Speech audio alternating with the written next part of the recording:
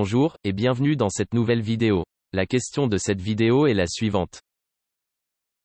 Que se passe-t-il lorsque l'on ne règle pas son téléphone en mode avion dans un avion? Passons dès à présent aux réponses. D'après Raoul Gilbert, la réponse à cette question est la suivante. Contrairement à ce que disent certaines réponses, un téléphone portable qui est en recherche de station de base, antenne relais, n'émet pas d'ondes électromagnétiques, autre que simplement l'activité du microprocesseur et du récepteur, tout comme une montre digitale ou un ordinateur. Il n'émet des ondes que lorsqu'il a accroché une station de base candidate, et cependant un temps bref. Pour accrocher une station de base, il faut qu'un certain nombre de conditions soient remplies, dont le fait que la puissance reçue par le téléphone de la station de base soit supérieure à un certain seuil.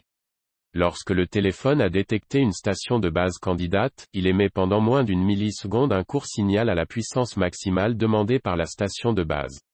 Ça s'appelle le burst d'accès, et il sert à plein de choses, dont calibrer la qualité de communication entre le téléphone et la station de base. Puis vient un échange de quelques messages entre le téléphone et la station de base pour que le téléphone s'enregistre sur le réseau de l'opérateur de la station de base. Ensuite, le téléphone se tait, sauf s'il doit émettre ou recevoir un appel, des SMS, ou transférer des données Internet. Puis toutes les 3 heures, il se signale par un bref message auprès du réseau pour faire savoir qu'il est toujours là. Il y a émission d'ondes électromagnétiques, dont un burst d'accès à pleine puissance. Il se signale aussi lorsqu'il change de zone de localisation. Les stations de base sont groupées par zone de localisation. Tant que le téléphone reste dans la zone de localisation, il peut changer de station de base sans émettre de signal. Lorsqu'il change de zone de localisation, il se signale auprès du réseau exactement comme il le fait toutes les 3 heures. Quelles conséquences pour l'aéronautique et les opérateurs cellulaires? Même si les stations de base émettent vers le sol, en pratique les ondes rebondissent sur le sol, et surtout en mer. Il faut savoir que les téléphones sont très sensibles, ils sont faits pour recevoir des signaux faibles. Par conséquent, les téléphones peuvent capter à quelques milliers de mètres d'altitude. Certes, pas à 10 000 mètres, mais à 2000 ou 3000 mètres, c'est possible, surtout en mer. Si le téléphone est juste allumé, pendant la phase de décollage ou d'atterrissage, il va changer fréquemment de zone de localisation, générant quelques bursts d'accès à pleine puissance, plus quelques autres pour la signalisation de la position.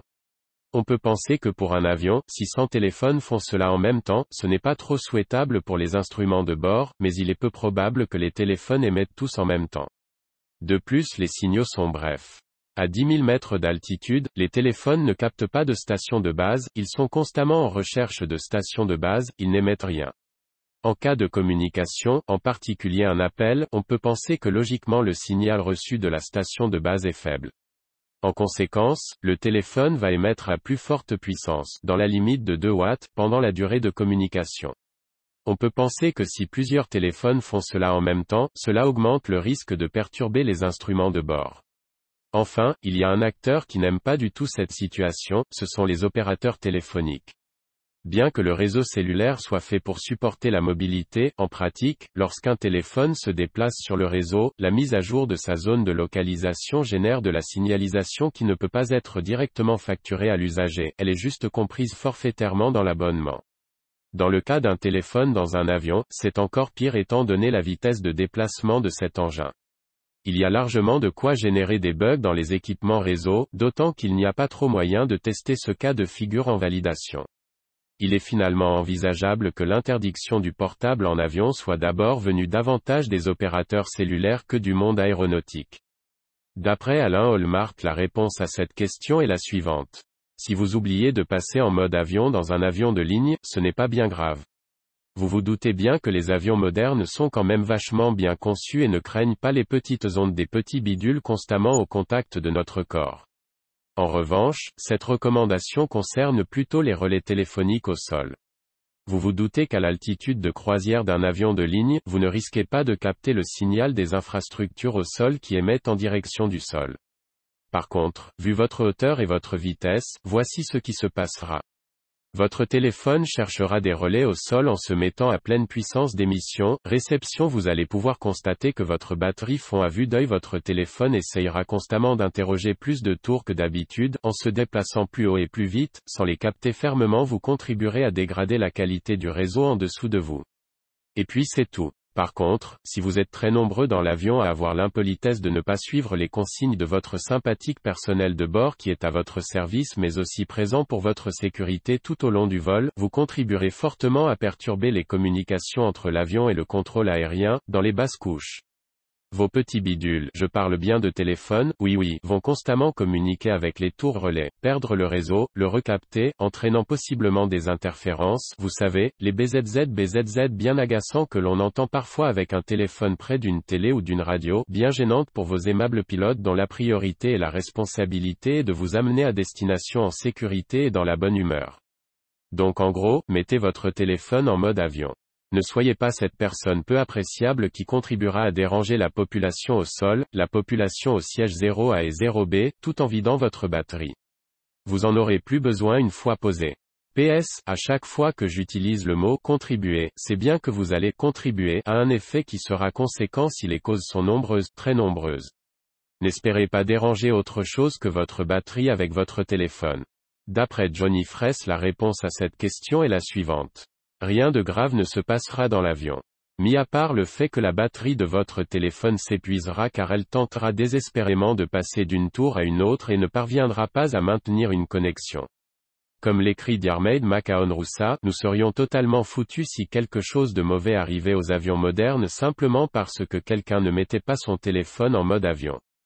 Les avions auraient certainement essuyé des accidents, ou des attaques intentionnelles, avec ce système si les rayonnements électromagnétiques issus des technologies cellulaires standards comme le GSM, CDMA ou le LTE pouvaient perturber les systèmes de navigation ou de sécurité modernes. La vraie raison pour laquelle vous êtes censé mettre votre téléphone en mode avion, source les téléphones portables en avion. Aux États-Unis, la Federal Communication Commission (FCC) restreint l'utilisation du téléphone cellulaire à bord des avions afin d'éviter toute perturbation des pylônes cellulaires au sol. 1. Fondamentalement, avoir un groupe de téléphones mobiles se déplaçant entre 500 et 600 km/h, en essayant constamment de se connecter et de se déconnecter aux pylônes cellulaires au sol, à de nombreux kilomètres en dessous, crée des interférences sur les réseaux. La plupart des réseaux astérisques n'étaient pas conçus pour des téléphones se déplaçant à une vitesse aussi élevée et si loin de la surface de la Terre. Cela peut apparemment dégrader considérablement les réseaux. Astérisque, il y a des exceptions, bien sûr, concernent les réseaux spécialement conçus pour fournir une connectivité en vol, tels que Gogo Inflight Internet. Le réseau Airsol de Gogo est un réseau cellulaire comprenant plus de 160 tours aux États-Unis, en Alaska et au Canada. Il s'agit d'un système de tours de téléphonie cellulaire spécialement équipés pour diriger leurs signaux vers le ciel plutôt que vers le sol. Note de bas de page. 1. Mobile phone on aircraft, Wikipédia. D'après Victor Despontin, la réponse à cette question est la suivante. Cela peut altérer les informations qui viennent des systèmes de navigation. Le risque est réel. Par exemple, les centres de support de systèmes d'avionique interdisent les téléphones portables dans leurs lignes de réparation. Lors de la conception des systèmes embarqués, les interférences entre signaux sont maintenant prises en compte très sérieusement et des contre-mesures sont bâties dans les équipements ou les systèmes eux-mêmes. Au niveau de l'avion, les systèmes de communication maintenant permettent d'avoir la télévision ou du Wi-Fi à bord. Les signaux sont canalisés ou écrêtés. Mais le risque d'interférence est toujours là. Le plus effrayant dans tout ça est que même les pilotes de ligne ne reconnaissent plus ce risque comme un risque potentiel. À titre personnel, je ne prends plus Air France. Il y a trop de risques de sécurité dus à la condescendance de la caste des pilotes. Leur tracking record est abyssal en nombre d'incidents de sécurité en comparaison des autres compagnies. On arrive à la fin de cette vidéo. Si elle vous a plu, je vous invite à mettre un pouce bleu, ainsi que vous abonner. Si vous souhaitez donner votre avis, je vous redirige vers la partie commentaires pour continuer le débat sur cette question.